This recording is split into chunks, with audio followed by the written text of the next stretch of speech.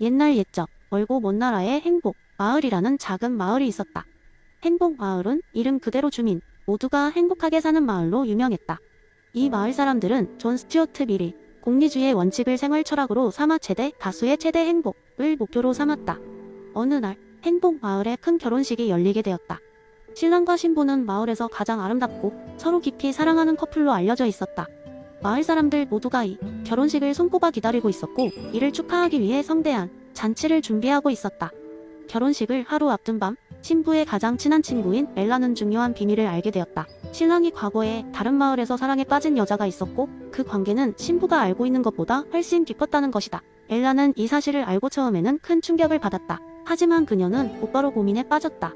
이 비밀을 신부에게 알려야 할까? 아니면 결혼식을 아무 일 없던 것처럼 진행해야 할까? 엘라는 존 스튜어트 밀의 공리주의에 따라 자신의 행동을 결정하기로 했다. 그녀는 두 가지 선택지가 가져올 결과를 면밀히 따져보기 시작했다. 첫 번째 선택지는 이 사실을 신부에게 알리는 것이었다. 이는 신부에게 충격과 상처를 줄 것은 분명했다. 결혼식은 취소될 것이고 마을 전체가 큰 슬픔에 빠질 것이었다. 하지만 이런 찢어진 마음을 겪더라도 신부는 결국 진실을 알고 더 나은 선택을 할 기회를 얻을 수 있을 것이다. 두 번째 선택지는 아무 일 없던 것처럼 결혼식을 진행하는 것이었다. 마을 사람들은 모두 행복하게 잔치를 즐길 것이었고 신부도 당장은 행복할 것이다. 하지만 엘라는 이것이 진정한 행복일지 의구심이 들었다. 신부가 나중에라도 이 사실을 알게 된다면 그 상처는 더욱 커질 것이고 그녀의 신뢰는 무너질 것이다. 긴 밤을 지새운 끝에 엘라는 신부에게 사실을 털어놓기로 결심했다. 그녀는 공리주의의 핵심인 질적 쾌락에 초점을 맞추었다. 일시적인 슬픔과 충격이 있더라도 진실된 관계에서 오는 신뢰와 사랑이 더 높은 질의 쾌락이라고 믿었다. 엘라는 결단을 내리고 신부를 찾아가 진실을 털어놓았다. 신부는 처음에는 큰 충격을 받고 엘라를 원망했지만 시간이 지나면서 엘라의 용기 있는 선택에 감사하게 되었다. 마을 사람들은 당장은 슬퍼했지만 결국 이 사건을 통해 서로의 관계가 더욱 깊어졌고 진실된 관계의 소중함을 깨닫게 되었다. 행복 마을은 여전히 그 이름답게 행복한 곳이었다. 하지만 이제 그 행복은 겉으로 드러내는 것이 아니라 더 깊은 신뢰와 진정성에 기반한 것이 되었다. 최대 다수의 최대 행복은 결국 진실에 근거한 질적인 쾌락에서 시작된다는 것을 엘라의 결정은 증명해 주었다. 두 번째 이야기 옛날 옛적 이데아라는 신비로운 세계와 그 영감을 받은 보통 인간들의 세계가 존재하던 시대가 있었습니다.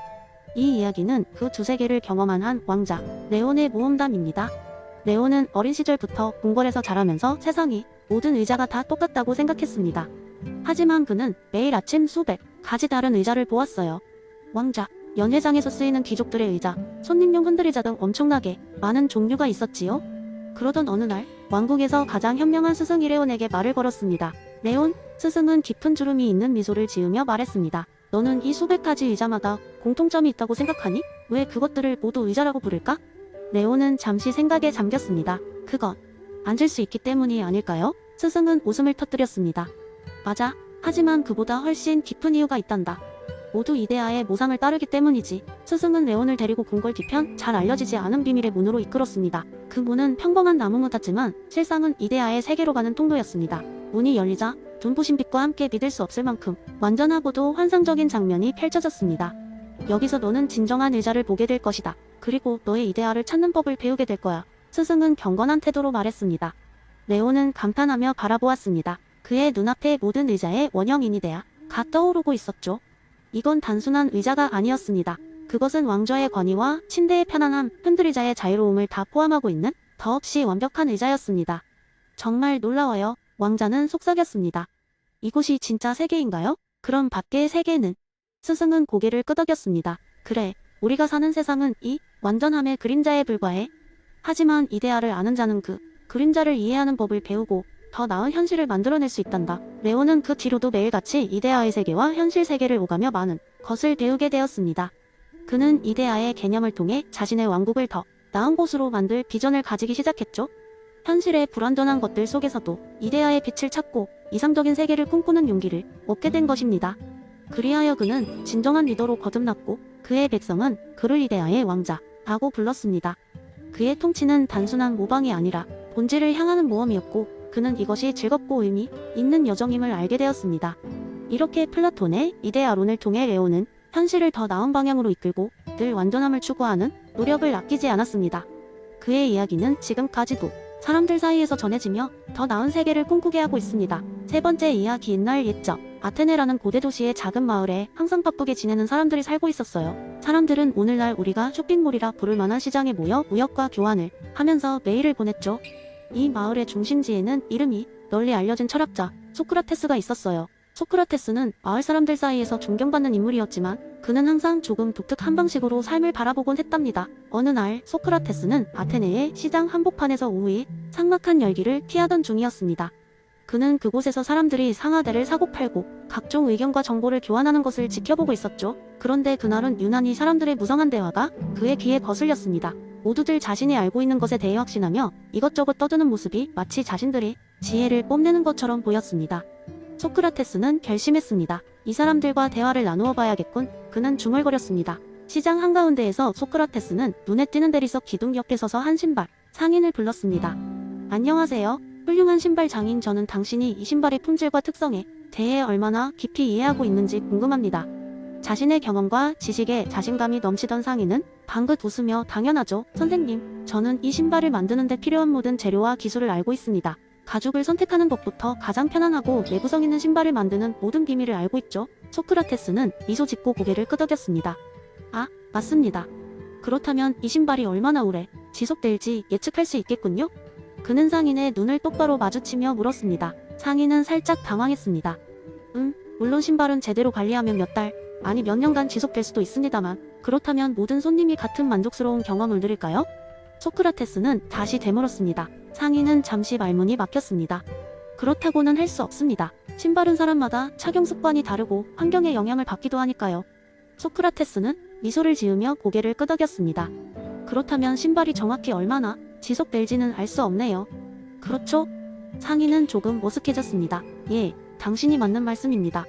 소크라테스는 그 신발 장인뿐만 아니라 상인들, 정치인들, 심지어 철학자까지 만나서 대화를 이어갔습니다. 대화의 끝에 그들은 모두 놀랍도록 비슷한 결론에 도달했죠. 저는 제가 알지 못하는 것이 많군요. 소크라테스는 마침내 자신의 핵심 메시지를 전할 기회를 포착했습니다. 그는 시장 중앙에서 사람들을 둘러보며 이야기했습니다. 친구들이여, 진정한 지혜는 우리가 얼마나 모르는지를 아는 데에서 시작됩니다. 우리가 질문할 때마다, 우리가 무지를 인정할 때마다 새로운 지식에 도달할 수 있는 문을 열게 되는 겁니다. 계속 의문을 품고 탐구하며 배우길 권합니다. 그는 자신의 이야기를 경청하는 이들의 눈 속에서 반짝이는 이해의 빛을 보았습니다. 그것이 바로 소크라테스가 방금 전달한 무지의 지혜, 진정한 철학적 탐구의 출발점이었습니다.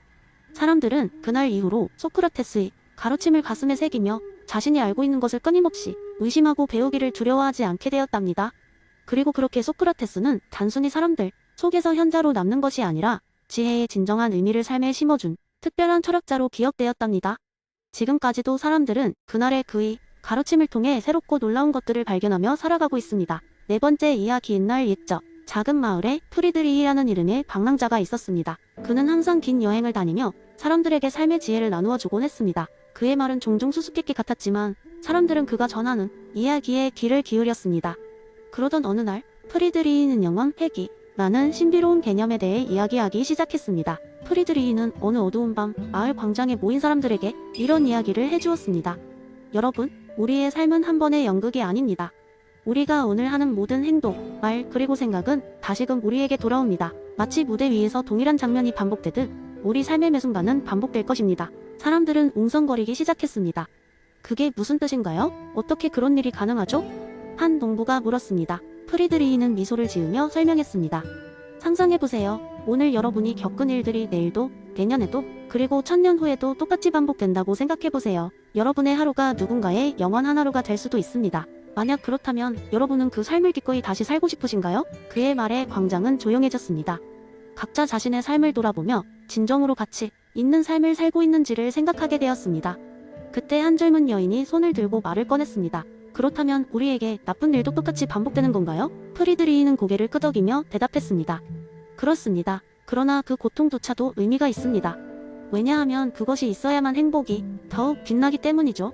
우리가 처한 상황을 받아들이고 매 순간 최선을 다하는 삶을 산다면 어떠한 반복도 두려울 것이 없습니다. 프리드리히의 이야기를 듣고 마을 사람들은 조금씩 변하기 시작했습니다. 그들은 더 열심히 일하고 주변 사람들에게 친절을 베풀며 일상의 작은 순간들을 소중히 여기게 되었습니다. 그리고 프리드리히는 다양한 마을을 다니며 그의 메시지를 전달했습니다. 마을을 떠나기 전 그는 광장을 한 바퀴 돌며 마지막으로 이렇게 말했습니다. 기억하세요. 여러분, 오늘이 인생의 마지막 날이라면, 그리고 동시에 영원의 시작이라면 여러분은 지금 하고 있는 일을 계속 이어갈 수 있겠습니까? 사람들은 그 말을 가슴 깊이 간직했고 프리드리히의 이야기는 세대를 넘어 퍼져나갔습니다. 그의 메시지는 단순히 반복되는 삶의 수레바퀴가 아니라 진정으로 의미 있는 삶을 추구하도록 영감을 주는 것이었습니다. 이렇게 프리드리히는 사라졌지만 그의 이야기는 영원히 남아 사람들의 마음속에서 계속 회귀했습니다.